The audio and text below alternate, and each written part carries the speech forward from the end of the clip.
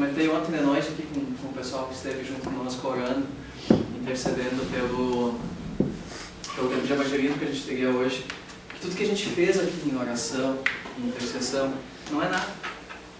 Absolutamente nada. Qualquer coisa que pudesse acontecer hoje durante o tempo de evangelismo seria a graça de Deus, pelo amor de Deus. Não é porque a gente teve a capacidade de dobrar os joelhos e clamar. Não é porque a gente foi por nosso merecimento, por atos nossos, mas é a graça de Deus. É a graça de Deus. Pai, nós estamos diante do Senhor nesta noite e queremos te pedir que o Teu Espírito Santo possa fluir livremente em nosso meio. Nós não somos nada, nós não somos ninguém se o Senhor não for conosco. Nós somos pecadores, merecedores de justiça, de sentença, de condenação, Pai. Se o Senhor não nos perdoar, se o Senhor não derramar sobre as nossas vidas o Teu sangue, o Teu amor, e nos purificar e nos limpar de toda impureza. Eu quero te pedir, Pai, em nome de Jesus, que a Tua palavra neste momento possa achar lugar nos nossos corações, Pai. Que a Tua palavra possa transformar as nossas vidas. Que a Tua palavra possa libertar, possa curar as nossas vidas, Pai. Que nós possamos nos tornar mais parecidos contigo, mais preparados para fazer a boa obra. Deus, transforma, lapida as nossas vidas nesta noite através da Tua palavra. Em nome de Jesus. Amém. A gente vai ter uma pregação hoje, onde duas pessoas que não sabem exatamente o que eu vou pregar vão demonstrar a minha pregação. Vão representar a minha pregação. E eu gostaria de convidar vocês a ler João 11, Evangelho de João 11, versículo 1 até o 3. Havia um homem chamado Lázaro que estava doente. Ele era de Betânia, do povoado de Maria e de sua irmã Marta. Maria, sua irmã, era aquela que derramou o perfume aos pés de Jesus e depois enxugou-os com os cabelos. Por isso as duas irmãs mandaram um recado a Jesus dizendo: Senhor, o amigo que o Senhor ama está doente. Amém? Jesus tinha um relacionamento diferente com Marta, Maria e Lázaro.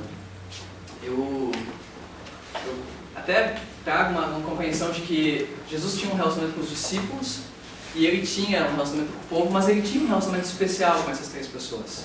Ele amava eles muito. É evidente, em várias passagens a gente vê essa expressão de amor, de carinho, de valorização de um para com o outro.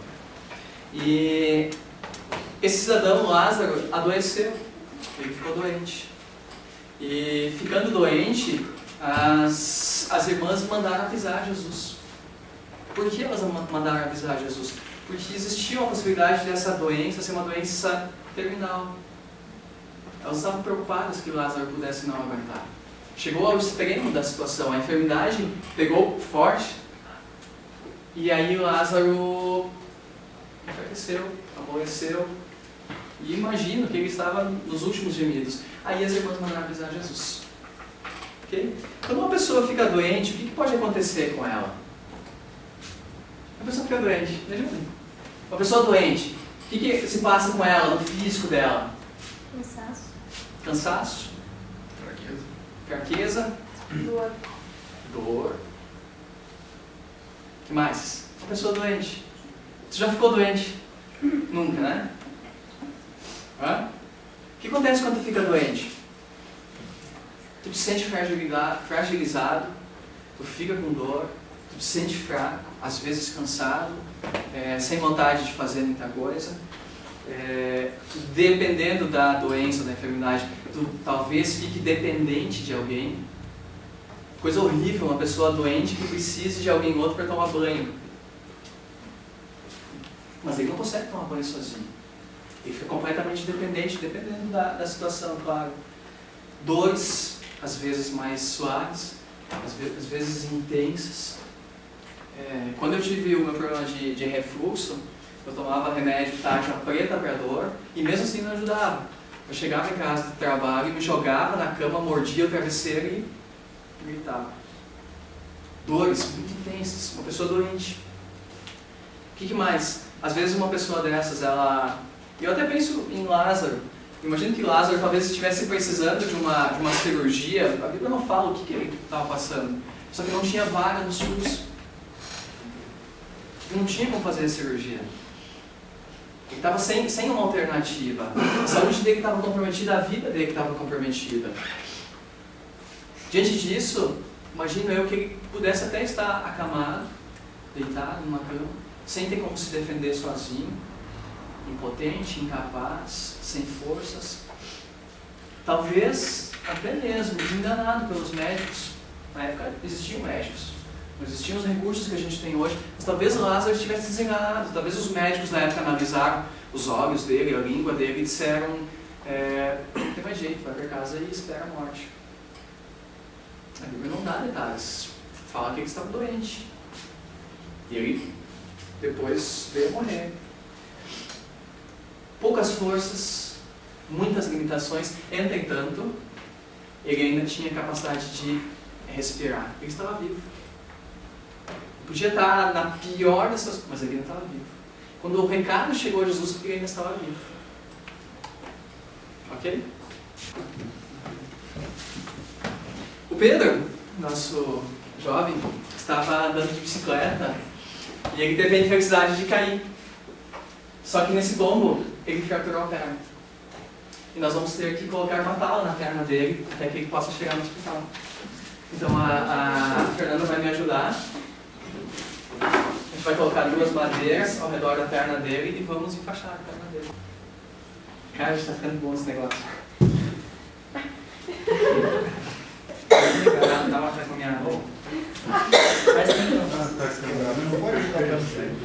Entretanto, o nosso jovem Pedro, ele tentou descer uma escada com a tala no pé antes de chegar no hospital e caiu. Só que ele caiu para frente e caiu em cima dos 2 braços e quebrou os 2 braços.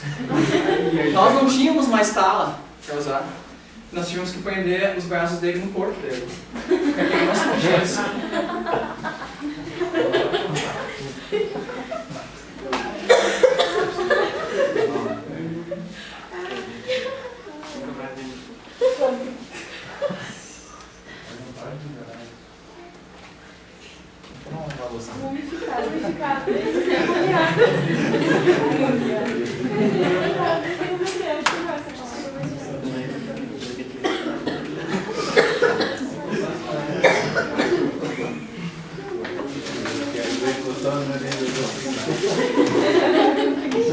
Muito bem.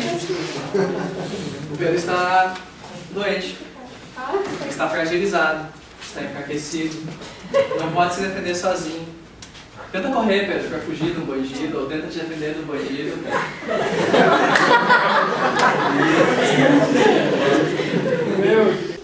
Lázaro precisava de uma intervenção mais séria. Só que não houve essa intervenção. Eles estavam desesperados de que Lázaro pudesse morrer. Por isso que eles mandaram chamar Jesus. Isso evidencia que Lázaro precisava de uma ajuda maior do que ele deu até o momento. Só que essa ajuda não veio. Ou não existia recursos medicinais suficientes, ou não existia médicos capacitados suficientes. E o que aconteceu com Lázaro? Morreu. Nada pôde ser feito e ele morreu. Que é isso? Quais são as características de uma pessoa morta? Fria. Fria. Está frio? Sem Imóvel. Sem pulso. Sem pulso, imóvel. Depois de alguns dias, fede. Fede. Semana passada, quando eu peguei aqui, eu falei que a morte ela é o cessar permanente das atividades biológicas necessárias à manutenção da vida, das atividades de um organismo. A morte é algo irreversível. Não tem como voltar. Morreu? Segundo o nosso amigo ferido. Morreu, está morto. Morte é o final. A gente está falando numa compreensão humana, não entramos num patamar espiritual. Morte é o final. Eu não posso mais fazer nada depois da morte. Quando eu morri, eu não tenho mais prazeres, não tenho mais gostos, não tenho mais cheiros, não tenho mais visão. Estou morrido. Eu estou imóvel, fui imobilizado. Não por vontade minha, talvez, mas eu não tenho mais o que fazer. Estou aqui, acabou. E Lázaro estava nessa situação. Não tinha chance de ele voltar. Acabou o teto. Acabou. Não tinha mais fome, não tinha mais sede, sem visão, sem cheiro, sem audição. Apenas um morto. Apenas um morto. Gente, o que é o ser humano depois de morto? Nada. Em poucos dias fede, e mais alguns poucos dias os vermes consomem, e mais alguns poucos dias fica só os ossinhos, o óculos e o boné. E se ele tá com o sapato fica mais um tempo. Some, a gente some. A gente não é nada. Esse bagaço aqui, ele veio à existência pela graça de Deus e amanhã deixa de existir. Pronto, acabou. Morte. Vamos apresentar? Gente, Lázaro, quando morreu, eles colocaram um pouquinho mais de faixas nele para que ele pudesse ser colocado num sepulcro. E nós vamos colocar um pouquinho mais de faixas no Pedro. E gente, a vozinha. Mais isso com caralho.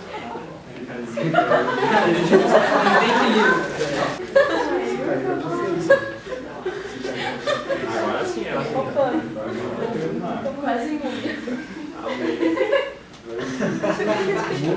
cara, sem matar. Tenta caminhar, Pedro. Vai, vamos me matar. Não caminha. Não dá, cara. Fica apoiadinho aí. Gente, a gente está rindo, tá? Eu quero fazer isso para mostrar para vocês mais ou menos o que acontecia com o morto. O morto, ele era enfaixado. Botavam alguns perfumes para não cheirar tanto tão logo. Tá?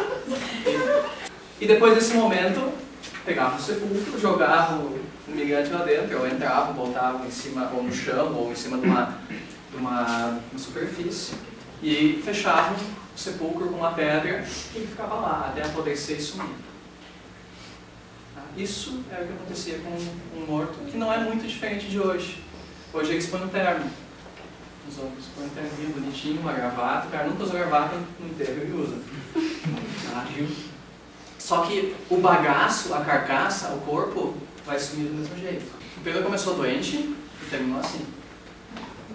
Nem se mexe mais. Terminou como se estivesse morto. A pergunta é, tem alguém doente hoje noite aqui? Fisicamente falando? Tem alguém que está sentindo dor em algum lugar? Tem alguém que está com dor de garganta, gripado, com dor de unha encravada? Sim? A gente tem autoridade no nome de Jesus para orar e ver as enfermidades saindo. Esse corpo, esse bagaço que tem aqui, ele não foi feito para sofrer e passar por dores. Gente, muitas vezes a gente está com dores no nosso corpo e Deus, Ele levou sobre si as nossas enfermidades, as nossas dores. Nós erramos muitas vezes por aceitar as enfermidades do nosso corpo. Nós erramos por aceitar as enfermidades do nosso corpo. Deus nos fez perfeitos, o pecado entrou, as enfermidades vieram junto, a maldade veio junto, as obras das trevas vieram junto. Só que Jesus levou sobre si todas as nossas enfermidades. Pelas suas pisaduras somos sarados. Nós precisamos viver ousadamente e viver a palavra de uma forma plena. Não adianta eu pegar a ler isso aqui e achar bonito e não ter efeito na minha vida. O versículo que eu mais tenho lido e a oração que eu mais tenho feito, ela é: Jesus, tu disse que se a gente cresce em ti, a gente pode fazer as mesmas coisas que tu fez e coisas ainda maiores. E eu quero isso na minha vida e através da minha vida. A gente se contenta com muito pouco. Às vezes a gente se contenta apenas com a palavra nos emocionar. Gente, a palavra é viva e eficaz para tocar em todo o teu corpo. Não interessa que tipo de enfermidade ou dor. Então, se tiver algum tipo de enfermidade, antes de procurar um médico, não desfazer dos médicos, ore. Repreenda a enfermidade na autoridade do nome de Jesus. Repreenda. Porque Jesus é poderoso para fazer tudo muito maior, muito mais do que a gente pode pedir. E Deus nos criou, nós somos obra-prima da criação. Por que Deus vai nos querer ver sofrendo?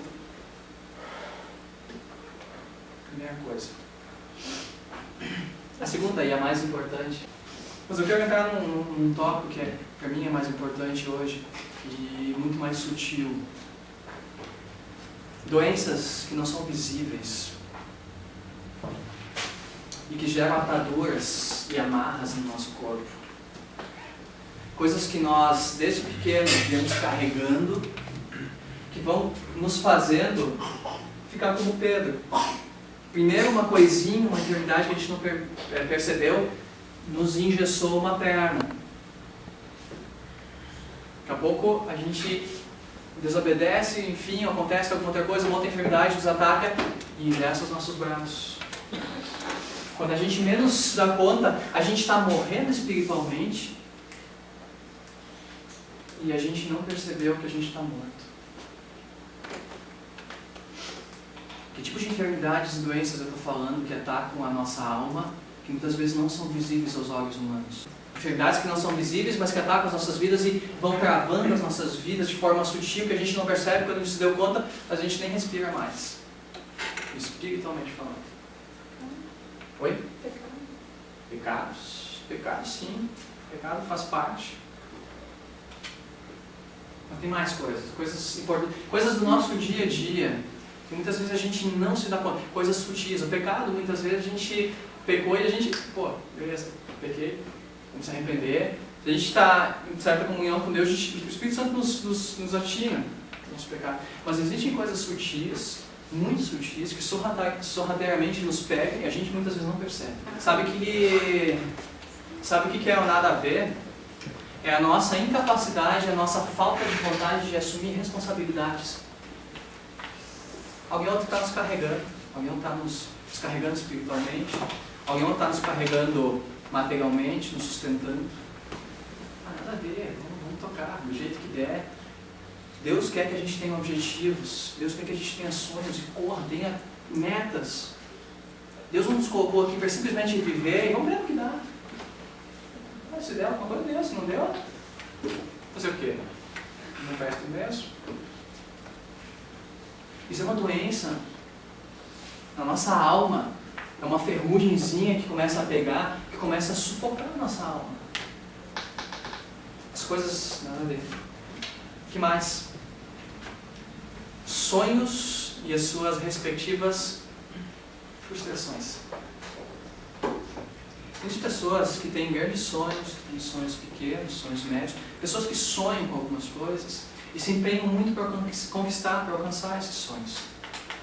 Entretanto, no meio do caminho aconteceu alguma coisa e eles não alcançaram aqueles sonhos.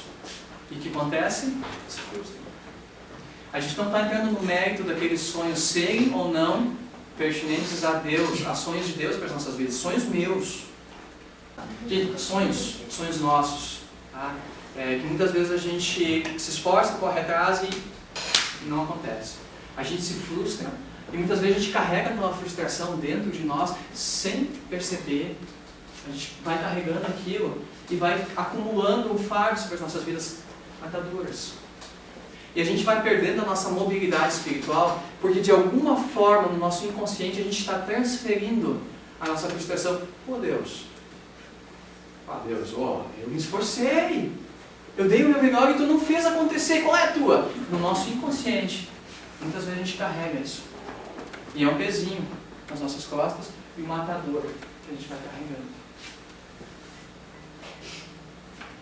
Decepções com pessoas. Alguma pessoa já te decepcionou na vida? Alguém nunca foi decepcionado? Levante a mão.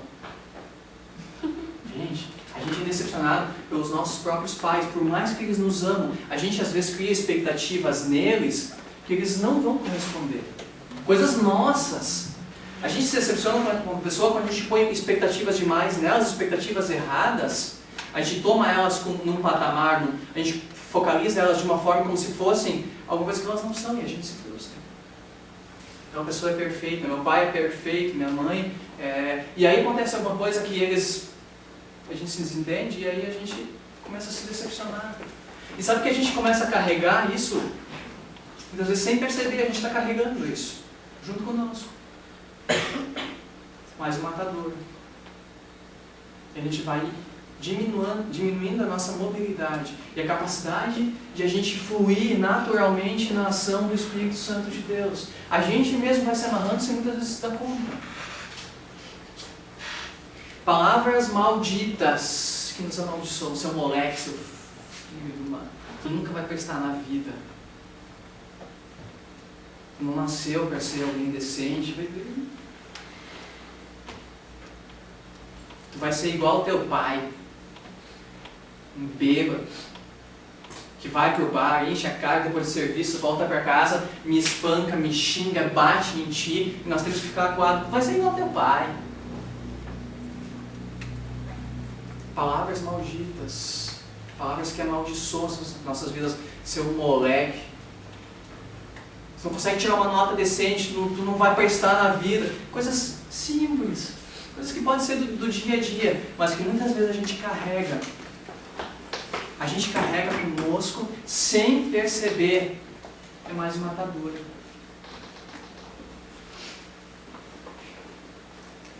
A traição da confiança de alguém que você muito amava. Tu amava muito uma pessoa. Não estou falando de casal, estou falando de um amigo, estou falando de um líder, estou falando de um pai, de um professor, de um chefe, uma pessoa que tu amava muito, tu considerava muito. Aí tu rasgou o teu coração com essa pessoa. E a pessoa esqueceu de morder a língua. E aí tu fica sabendo por um terceiro que aquela pessoa falou e a coisa cresceu. E eu tive uma experiência que eu comprei um terreno e o loteamento não estava pronto. Mas para exemplificar. E eu comprei parcelado e a pessoa que me vendeu, a empresa que me vendeu, ela tinha o direito de recompra. Quer dizer, que se eu por algum motivo fosse vender esse terreno, eles seriam os primeiros. E eles teriam que assinar uma negligência ou uma renúncia do direito de compra deles desse terreno. Só que eu comprei o terreno por um valor e eu recebi uma proposta em 5 meses, praticamente o dobro daquele valor. E eu vendi, sem ter consultado aquela empresa. E eu ganhei um bom dinheiro. Foi muito legal a venda. Foi bom mesmo. E aí aquilo começou a me incomodar. Uns dias depois, o dono daquela empresa me ligou. Gilson, tu vendeu o teu terreno? Não. Quem te contou isso? Não, nós estamos pagando as prestações.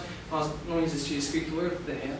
Oficialmente, perante o cartório de registros, nós não tínhamos vendido. Eu não tinha vendido. Mas eu tinha vendido. Eu tinha ganhado dinheiro sobre aquele terreno. Aquilo começou a me incomodar, começou a me perturbar. Depois de um tempo, eu pedi uma reunião com o proprietário do loteamento. Sentei numa mesa, numa sala fechada, olhei nos olhos dele. Vendi. Ele só não pegou meu pescoço ali porque tinha mais gente no escritório. Mas, gente, eu errei e eu tive a capacidade de olhar nos olhos da pessoa contra quem eu errei e dizer, eu errei. Eu não deveria ter agido assim. Agora, a maioria das vezes, nós tentamos ocultar nossos erros, nossas transgressões, e aí, contra outras pessoas. E aí esses erros vêm à tona por um terceiro.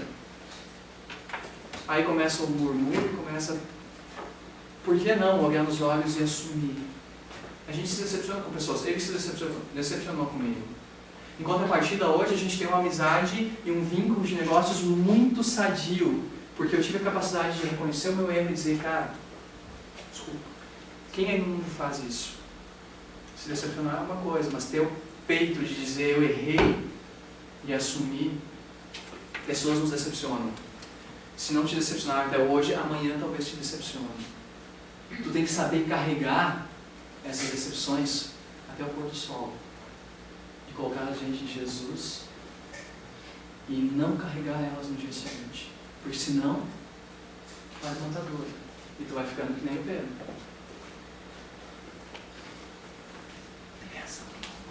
Eu poderia espancar ele agora, daí ele não tem o que fazer. Gente, olha o sentido que eu quero trazer para vocês. Espiritualmente a gente vai engessando as nossas vidas sem perceber. E aí o inimigo vem, e a gente apanha, e a gente muitas vezes não sabe por quê. Porque a gente muitas vezes é amarrado, a gente não é verdadeiramente liberto por causa de nós, não porque Jesus fez uma coisa incompleta. A perda de pessoas muito queridas, uma pessoa que eu amava muito morreu, às vezes eu não consigo superar o vazio que essa pessoa me deixa. E isso é uma atadura que eu acabo carregando. A falta de amor e carinho de pessoas para comigo. Nós, seres humanos, nós precisamos de palavras nós precisamos nos sentir aceitos e precisamos de palavras de afirmação. Eu não sou muito de fazer isso, mas a Josi, no sábado passado, retrasado, ela ministrou louvor aqui. Um dia depois eu disse: Josi, meus parabéns, fluiu legal. Nós precisamos ouvir elogios e palavras assim.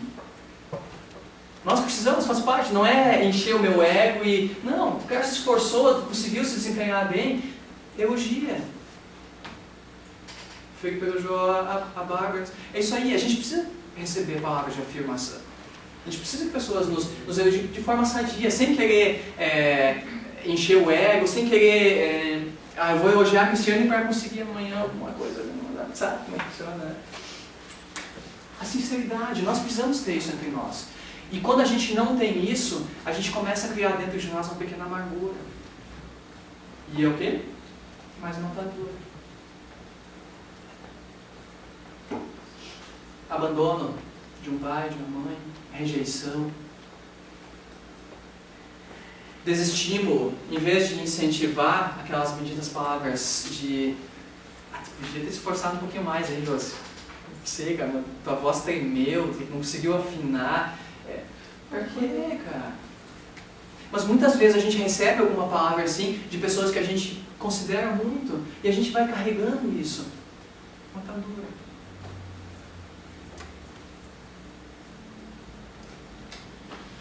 Quais são as consequências? O que a gente falou de uma pessoa doente antes? As consequências de uma pessoa que começa a carregar ataduras na sua vida de forma sutil, muitas vezes não percebendo, ela começa a se tornar fraca espiritualmente para lutar, se sentindo fraca muitas vezes, ou de fato sendo fraca para lutar. Aqui, o que a gente fez com o Pedro, se ele se espernear, ele vai arrebentar o que a gente fez. Ele não está de fato fraco, ele pode estar se sentindo de uma forma um pouco desagradável. Mas espiritualmente, a gente muitas vezes começa a se sentir fraco. E de fato a gente começa a ficar fraco. Desmotivados espiritualmente. Cara, que tristeza uma pessoa que não tem motivação espiritual. Sabe o que ela diz? Não vai valer a pena, pra quê? Tá tão bom aqui. Por que sair? Pra quê? Vim uma sexta-noite de um frio na igreja, dobrar o joelho. Eu posso ir em casa, estar orando ali. Qual a diferença? Pra que ir lá no bairro Vale Verde? Pra que ir lá no... Pô, aí não dá, né? Pra que ir lá no bairro Piá, bater na porta de pessoa que a gente não sabe quem é, não sabendo qual é a reação? Se eu posso pegar e postar uma frase evangelística no Face? Estou evangelizando. Uma pessoa desmotivada espiritualmente, ela pode ter a origem da desmotivação uma amarra, uma atadura, que ela, em algum momento alguém desestimulou ela foi cantar e ela não se saiu tão bem, em vez de alguém dizer, vamos lá, vamos ensaiar um pouco mais, vamos junto, amanhã tu está melhor. Eu acho que tu não tem chamado para isso. Vamos achar uma outra coisa legal para tu fazer. A gente está precisando de um porteiro, uma pessoa que nem tem tudo assim, alegre, feliz. Gente, palavras de estímulo, a gente precisa, motiva. Agora, uma pessoa doente espiritual, ela vai se desmotivando. Ela se sente impotente. Uma pessoa impotente espiritual, ela vê um enfermo e não tem a capacidade de dizer, cara, vou orar e tu vais ficar curado. É o que a palavra diz. Vai se orar aqui no meio do pessoal e a pessoa fica na mesma. Que vergonha. Impotente espiritual. Sobre nossas vidas reside um poder do alto que nós não conseguimos entender nem mensurar. É o poder de Jesus Cristo para salvar, para curar, para transformar vidas, para levantar um morto. Qual é? A Bíblia fala ou não fala que aqueles que creem em mim vão fazer as mesmas coisas e coisas ainda maiores? Fala ou não fala? Aqui. Eu tenho que viver isso. Tem aqueles que vão carregando amarras, ataduras e sofrem de uma doença física que tem origem espiritual, chamada depressão. Muitas vezes nós nos pegamos com pensamentos de que a gente não tem valor.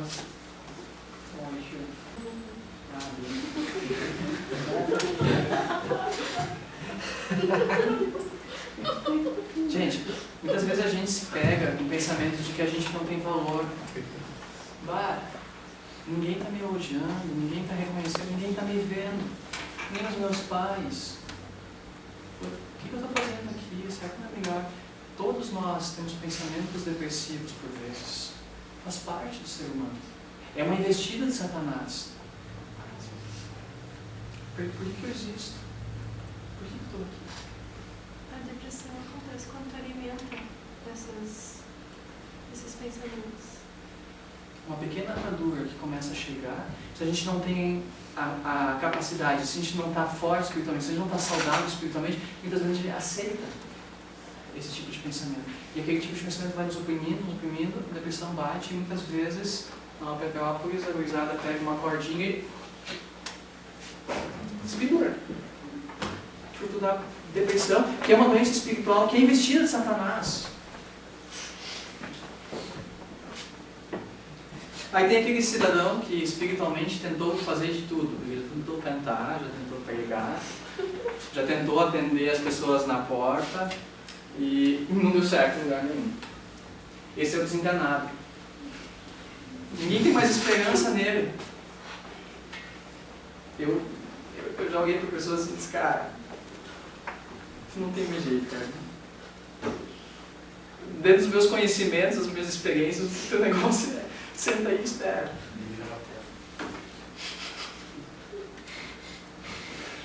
Gente, tem pessoas que, às vezes o chamado delas é intercessão, não é um chamado de estar aqui pregando, de estar aqui cantando, enfim. Tem tanta outra coisa para fazer na obra de Deus. Tem tanta, às vezes o teu chamado é bater na porta do teu vizinho e abençoar ele. Talvez, quem contou aqui, o Joselito contou uma experiência aqui, de que eles num bairro, eles tinham um pai de santo, acho que era vizinho, e eles começaram a fazer coisas legais, estar junto, sem criticar, sem questionar, e eles, o vizinho sabendo que eles serviam a Deus. Daqui a pouco o vizinho pediu oração. O cara, ele está morto.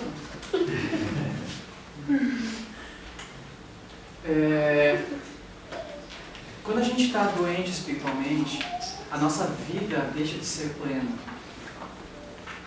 A nossa vida deixa de ser plena. A gente perde o foco daquilo que Deus tem para as nossas vidas. A gente começa a enxergar as limitações, a tristeza começa a bater, as frustrações, a decepção, e a gente vai murchando espiritualmente. A gente perde o ânimo de fazer alguma coisa nova. A gente não tem ânimo de fazer nada. A gente não tem ânimo de orar, não tem ânimo de ler Bíblia, a gente não tem fome. O que um morto espiritual sente? O que um morto espiritual quer? Nada. É um morto. Muitas vezes a gente vai moribundeando até chegar ao ponto de não querer nada. E simplesmente aceitar o que está acontecendo. Perda da fé em você mesmo, desesperança, que é o contentamento com a situação. Essa é a principal artimanha de Satanás. Ele quer que você se contente com o que você tem hoje. Seja bom ou seja ruim, o diabo quer que você se contente. Deus tem mais. Deus tem muito mais para ti e para mim. Só que o diabo quer que a gente se contente. Isso é consequência de uma doença espiritual. E aí a gente chega no extremo. A gente chega no extremo de achar que realmente não vale a pena, com medo de se machucar novamente, de tentar e não dar certo, com medo de eu vou orar, eu vou evangelizar e vou com medo de a pessoa vai me criticar, a pessoa vai me...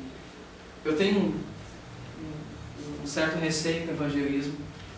Nós tivemos em Nova Petrópolis quando eu era pequeno, um barco, o Logos, que o pessoal aportou em Porto Alegre e veio para Nova Petrópolis passar uns dias aqui.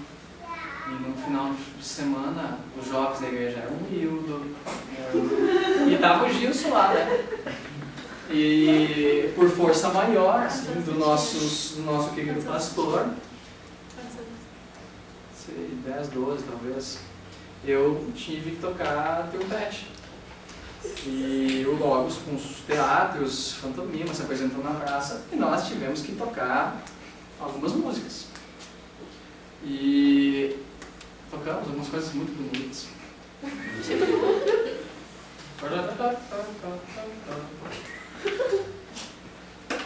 Tudo bem, passou.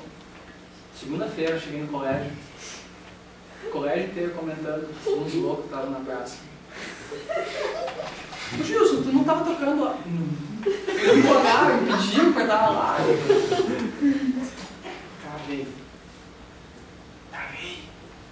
Medo de ser reprimido quando você fala do amor de Cristo.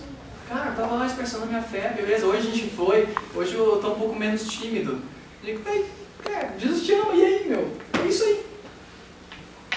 Pode criticar, pode, tanto faz. Mas eu, por muito tempo, eu carreguei, e é uma coisa que eu ainda sinto que às vezes me trava. Olha, o medo de se machucar novamente, o medo de se frustrar novamente.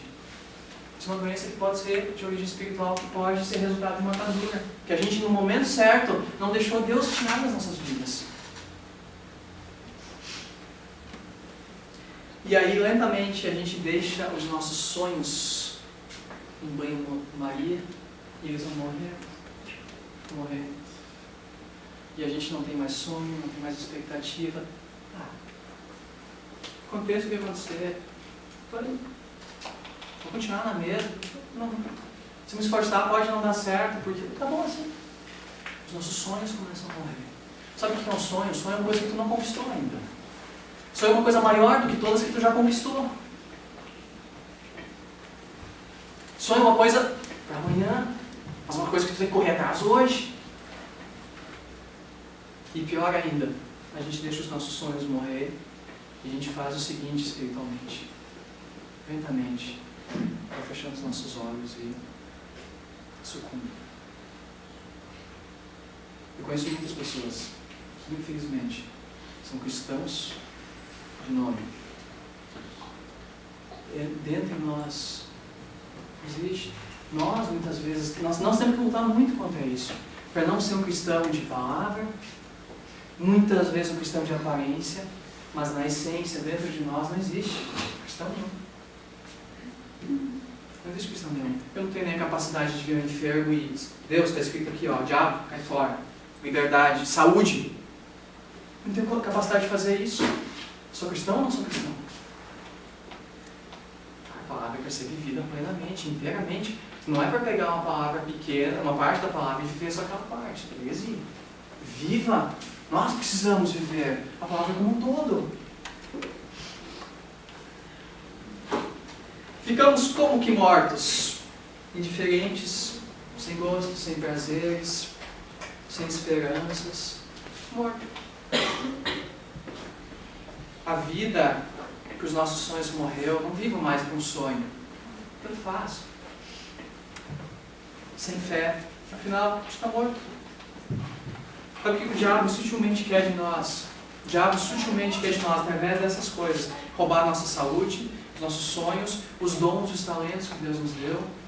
Ele quer roubar de nós a vida plena, ele quer nos amarrar. E ele faz isso de forma sutil. Se eu chegasse aqui sem ter combinado nada com o Pedro que eu ia pagar 52, porque agora já aumentou o tempo, e quisesse amarrar ele não sabe o que vai acontecer, ele ia espernear, ele não ia deixar. Se o diabo chegasse assim, para tentar nos amarrar, a gente ia reagir. Por isso que ele chega de forma sutil. Ele chega de forma sutil. E sabe por que ele quer nos amarrar? Por que o diabo quer nos amarrar dessa forma? Ele é nosso inimigo. Mas por que ele quer nos amarrar dessa forma? Sabe o poder que tem mais?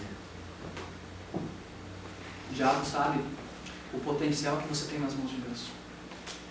O diabo sabe que se tu pegar e olhar para aquilo que ele está fazendo, dizer em nome de Jesus, eu desfaço as tuas obras, diabo, ele tem que sair. Ele sabe disso. Aí ele quer fazer o quê? Quer te neutralizar. Aqui o Diego chega e dá um pau no Pedro, porque ele não tem o que fazer, ele está preso, está amarrado. Entendeu? Ele está morto espiritualmente. O diabo vem e a gente muitas vezes não consegue reagir. Au, au! E não tem reação. A gente está amarrado espiritualmente, a gente não está percebendo muitas vezes.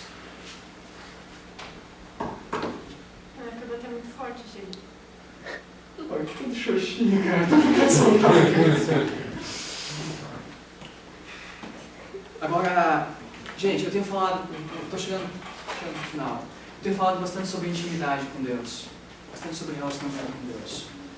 Comunhão com Deus. Marta, Maria e Lázaro eram pessoas que, na minha compreensão, tinham intimidade com Jesus. Eram daqueles que você podia chegar na casa, Jesus podia chegar na casa deles, abrir a geladeira e pegar alguma coisa. Não, está em casa. Intimidade. Agora, mesmo tendo essa intimidade com Jesus, quando eles mandaram a mensagem, Jesus, a gente está sofrendo, o Lázaro está mal, ele é capaz de... Jesus não saiu correndo para atender ele.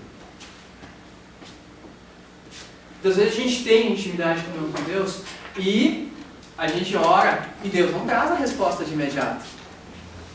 E não só não traz a resposta de imediato.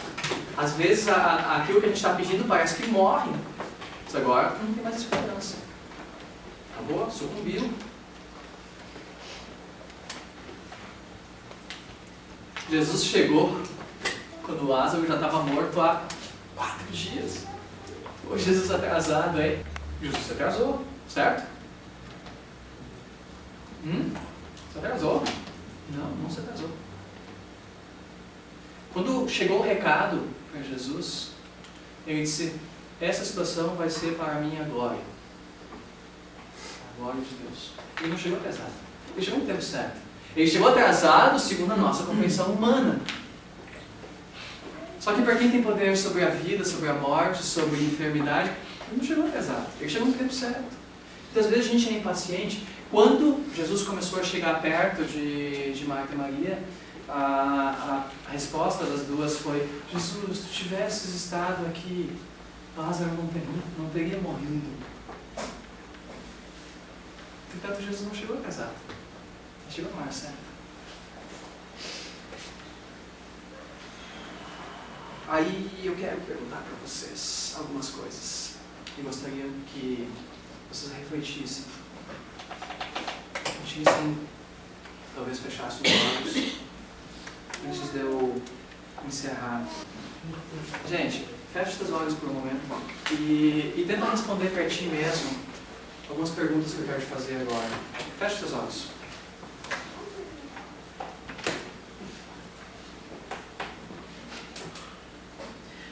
O que é que você tem deixado morrer na tua vida nos últimos dias? O que é que você tem deixado morrer na tua vida nos últimos dias? Tem deixado morrer sonhos? Você tem deixado morrer esperanças, expectativas?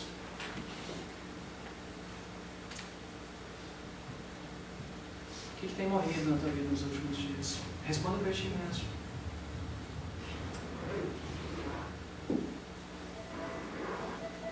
O que nos últimos dias você tem lutado muito para conseguir manter vivo, entretanto tu não tem tido força suficiente, tu não conseguiu auferir forças suficientes, e isso morreu. Algo que tu não queria que morresse. E não interessa se tu tem muita intimidade com Deus, mas morreu. Tu orou, tu pediu, tu clamou, tu jejuou, tu colocou os joelhos no chão, tu virou madrugada orando. Morreu. É muito.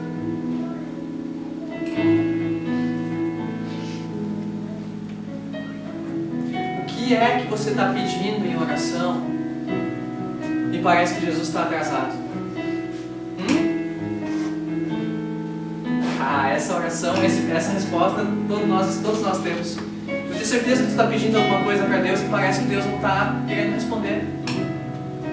Ih, Jesus não está atrasado. O tempo dele é diferente do teu. Aquilo que Deus está fazendo na tua vida, aquilo que Deus está permitindo acontecer na tua vida, é para a honra, é para a glória do nome dele. Nós não vivemos aqui para o nosso louvor, para satisfazer as nossas vontades. Nós vivemos aqui para glorificar e honrar o nome de Jesus Cristo. É para Ele, é por Ele, todas as coisas.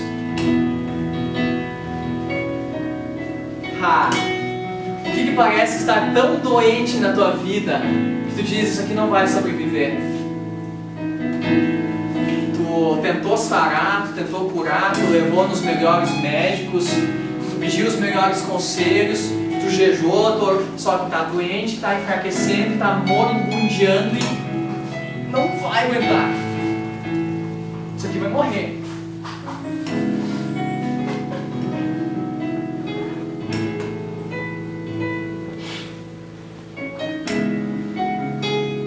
Veio alguma resposta na tua mente? Não? Vamos te ajudar. Como é que está o relacionamento com a tua família, com os teus pais? Consegue olhar nos olhos dos teus pais e dizer, eu te amo, obrigado por tu ter sido bênção na minha vida? Não interessa se os teus pais têm sido de fato pessoas boas para ti ou não, nós devemos honrar os nossos pais. Como é que está o teu relacionamento dentro de casa, com os teus irmãos? Como é que está o teu relacionamento conjugal, o teu relacionamento de namoro?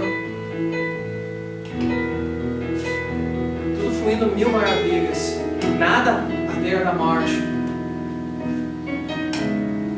Ei, como é que estão as tuas finanças? É vergonhoso, mas muitos de nós professamos uma fé viva e a nossa conta no banco está negativa, devemos num lugar, devemos no outro. Como é que está a saúde das tuas finanças? Como é que estão os teus estudos? Teu pai pode olhar para as tuas notas e dizer, esse é meu filho. Depende de ti, ora, busca, mas estuda. Como é que está a tua saúde para crescer profissionalmente no teu trabalho? Teu chefe te pede para fazer alguma coisa, aí tu... não vou fazer. Como é que está a tua saúde espiritual? Nós devemos honrar os chefes, os patrões que Deus colocou sobre as nossas vidas. E os nossos sonhos. Como é que estão os teus sonhos? Hein? Como é que andam os teus sonhos? Tu tem sonhos diante de ti? Tu tem expectativas de um dia melhor? Tu tem expectativas de crescer, de avançar? Ou tu está apenas pensando, vamos curtir do jeito que está? Estagnação. Tá bom assim? Isso não é saúde espiritual. Os teus dons e os teus talentos, o que tu tem feito com eles? Deus te deu uma capacidade que não deu a outra. O que tu tem feito com isso? Como é que está a tua saúde?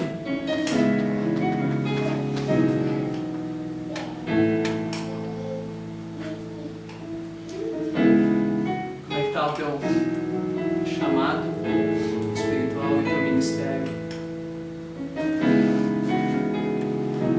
Amarrado, sem expressão, sem capacidade de defesa, se sentindo fraco para lutar, achando que não vale a pena. Por que cantar na igreja? Para que pregar? Para que evangelizar? Para que orar em casa? Para que interceder? Para que limpar a igreja? Hã? Como é que está o teu ministério? Deus te chamou, Deus te capacitou, Deus te deu alguma coisa para fazer. E eu te garanto que a coisa que Deus te deu para fazer não é ficar cravado nesse banco como é que tu está agora. Deus te chamou e te deu um ministério para impactar uma geração. Não interessa como, mas tu tem que impactar uma geração. Deus te chamou para fazer isso. Tem pessoas aí morrendo no homossexualismo. Tem pessoas aí morrendo nas drogas, na bebida, na prostituição, na imoralidade sexual, nos vícios sexuais na internet. O que tu tem feito?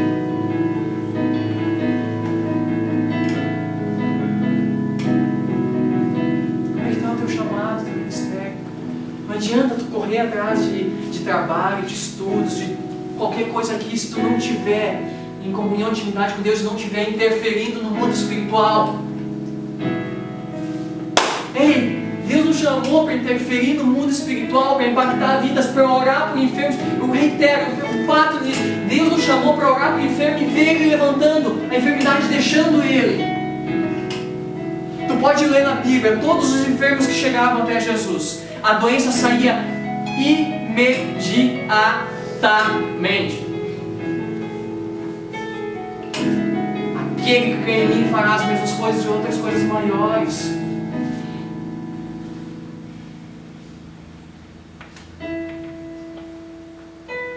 João 11:43 diz o seguinte: Então Jesus gritou bem alto: Lázaro, vem pra cá! Sai daí! O que o morto fez? E Lázaro saiu, preso com faixas de linho nas mãos e nos pés e com o rosto envolto num pano. O morto saiu, tio!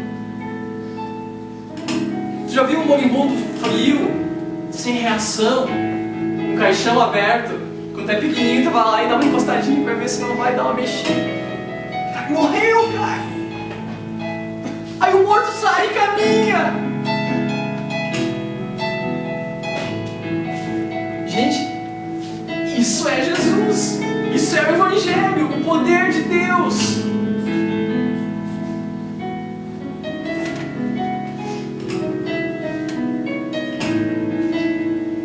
Jesus chamou Lázaro para fora quando ninguém mais acreditava que Lázaro pudesse ter vida. Talvez ninguém acredite que tu possa ter vida espiritual. Talvez nem você mesmo acredite que tu possa fazer alguma coisa no reino de Deus. E Jesus está te chamando para fora hoje. Sai da tua cova. Sai do teu esconderijo. Sai do esconderijo da morte. Do esconderijo do medo, da escuridão. Jesus está te chamando para fora. Vem cá. Tu é meu amigo. Eu te quero aqui pertinho de mim. Eu te quero. Vem pra cá. Vem. Desperta. Desperta.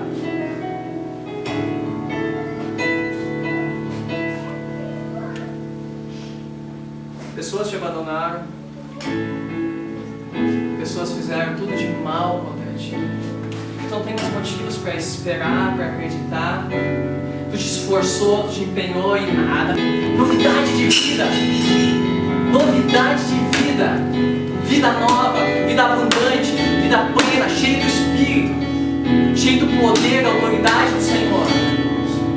Onde você não tenha medo de olhar para um morto na palavra e na direção do Senhor e fazer o cara levantar.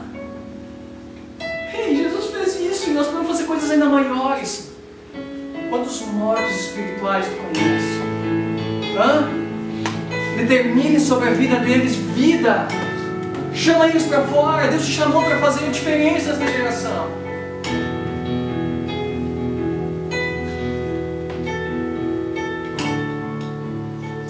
Algo fascinante. Algo fascinante. A morte não pode calar a voz de Deus. A morte não pode calar a voz de Deus. Não interessa o que morreu na tua vida, não interessa o que está no olho do mundo. A morte não pode calar a voz de Deus. Se Deus está te dizendo, vem, pode vir. Pode vir.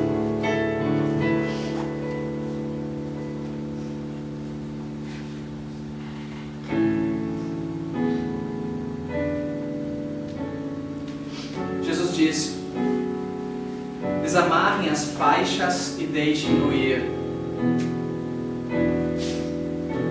Aleluia.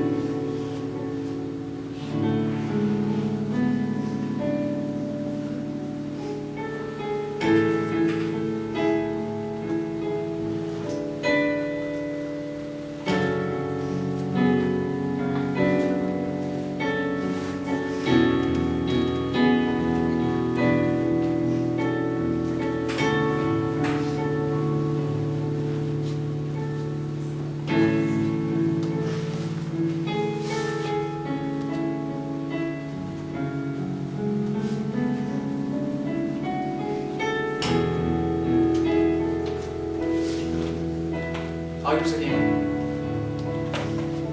Jesus quer tirar as tuas amarras. Jesus quer tirar aquilo que está te prendendo espiritualmente. Quer tirar as tuas talas, te fazer livre, sem amarra. Pode correr, pode se defender, pode pelejar, pode se alimentar, pode sentir, pode ouvir, pode ver.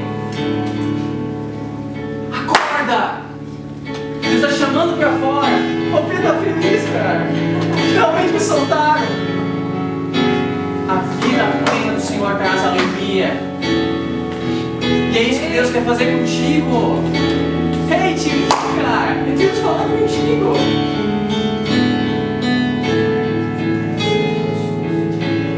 Saia do teu esconderijo de morte, de medo. Deus tem vida plena para ti. Feche os teus olhos por um instante.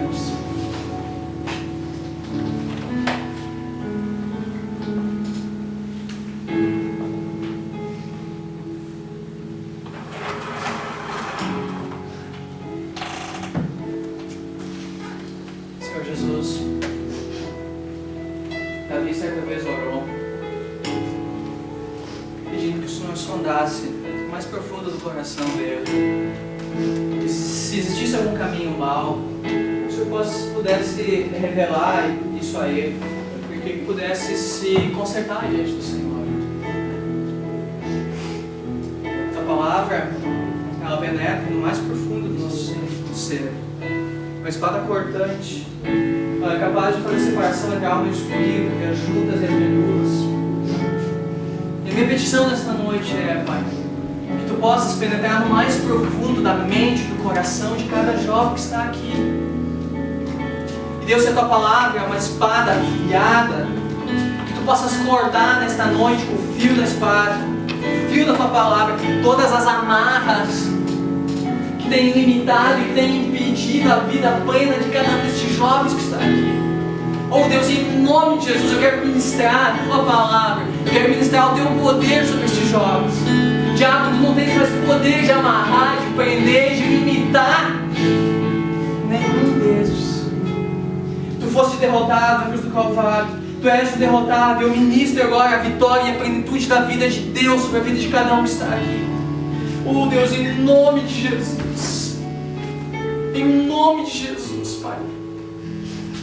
Deus, aquilo que tem nos prendido, aquilo que tem nos limitado, Deus, traz-nos a compreensão, para que nós possamos nos colocar diante de Ti, para que nós possamos, Deus, ouvir a Tua voz, para que nós possamos sair da tumba, sair do sepulcro, da morte, Deus, e ter uma vida que de fato influencie, impacte esta geração, Deus.